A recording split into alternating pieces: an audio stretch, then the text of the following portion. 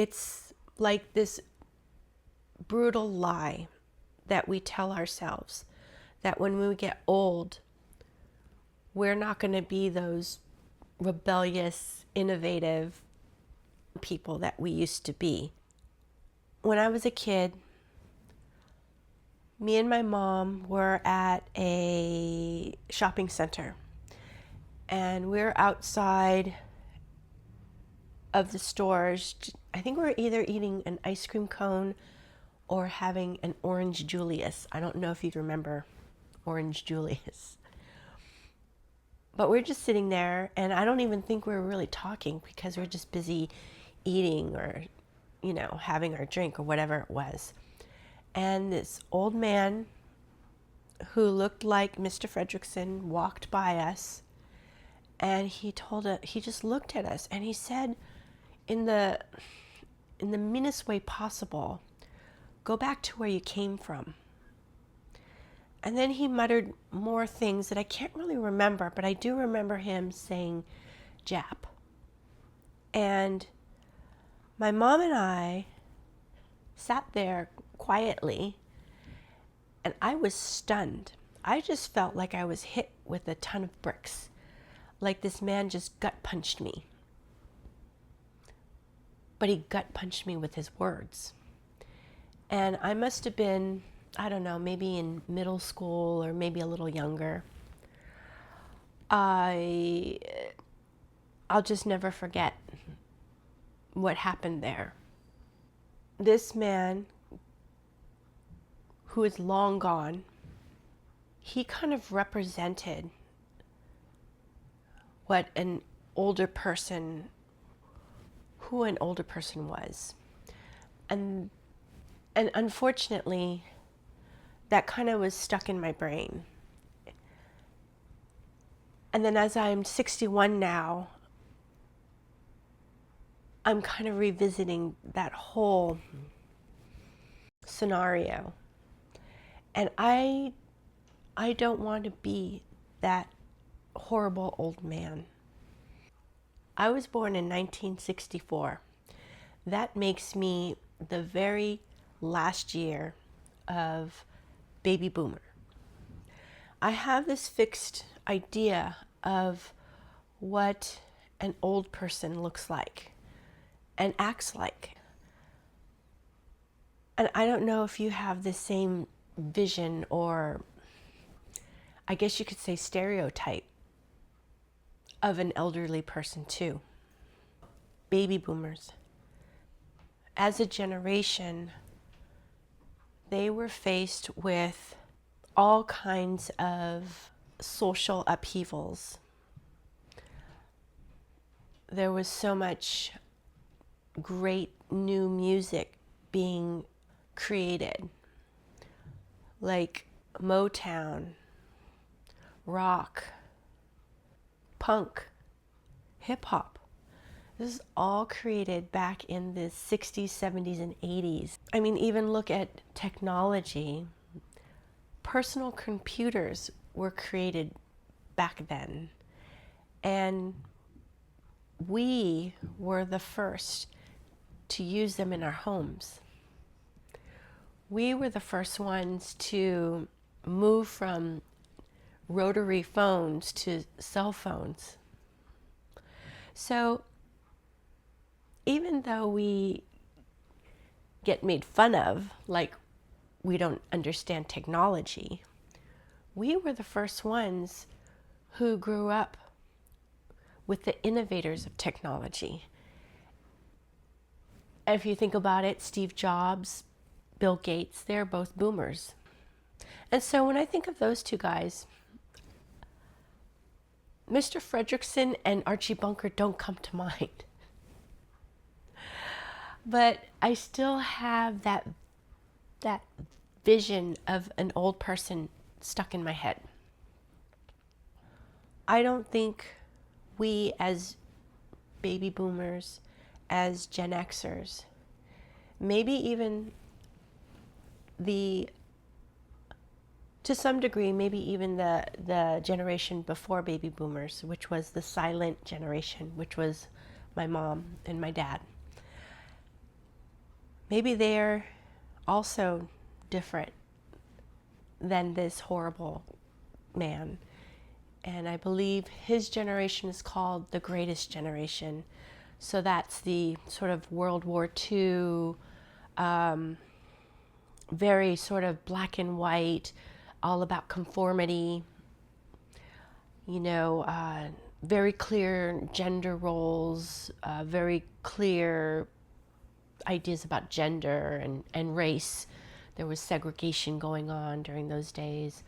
So a very rigid and systems-based generation and time. And I guess my mom's generation was more about wanting to push back on those systems and those norms, but not really doing so, not really making waves.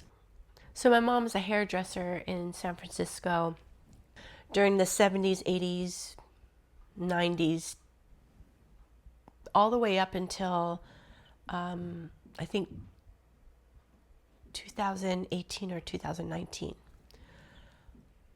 But the early days, she was hairdresser at a really nice salon called Yosh for hair. And she, during the 70s and 80s, she lost a lot of coworkers and friends to AIDS. My mom was not the most open-minded person, but she never shut herself off to her friends and her coworkers, and she was there to support them, and she was there and she cared about them. And I remember her coming home from visiting her good friend Ronci, who she loved. She loved Ronci. She thought he was just the most big-hearted, kind, handsome, stylish person that she knew. And he became really sick, and she visited him before he passed. And that was really hard for her. It was hard for her to lose him. And then when it comes to the baby boomers, we are rebels. We're innovators. We're pushing the boundaries. We said no, that we didn't want to conform to those old ideas. We were tired of war and we wanted peace. We also wanted equality. So the civil rights movement, Women's Lib, Black Panther Party, gay rights, that all happened during our time growing up, right? And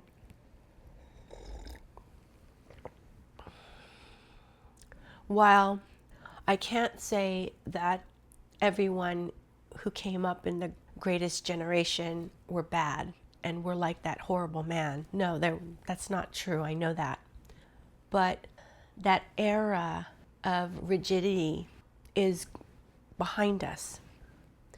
And of course, there are movements or people or groups who want to go back to those rigid sort of conformist days. But on the whole, each generation has been moving forward.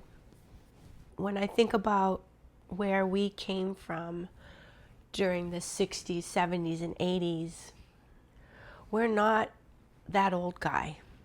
And I'm really proud of that. I think, if you think about just the music that we grew up with, that music is amazing. I'm even wearing I'm wearing a Jimi Hendrix sweatshirt. But even Jimi Hendrix was a little bit before my time. So, but that's definitely, I mean, right there in the boomer era. My era, I don't know, the first thing I think about is like Madonna, right? 80s, 80s, 70s. I loved Journey. Journey was something I loved.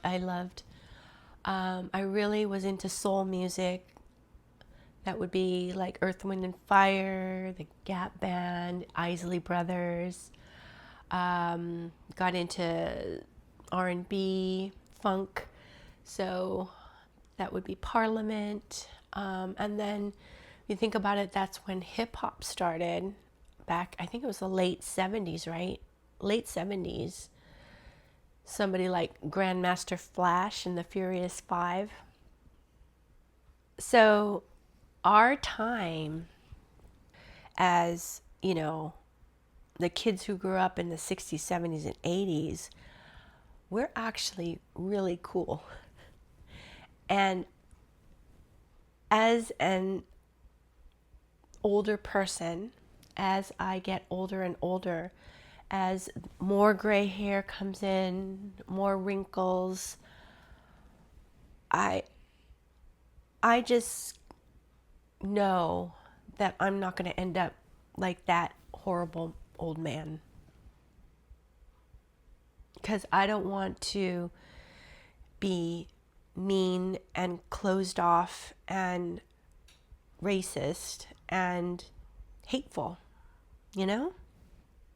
It's like this brutal lie that we tell ourselves that when we get old, we're not going to be those rebellious, innovative people that we used to be. We're going to change. We're going to shift into that old, hateful man. And that's just not true. We can still be vibrant and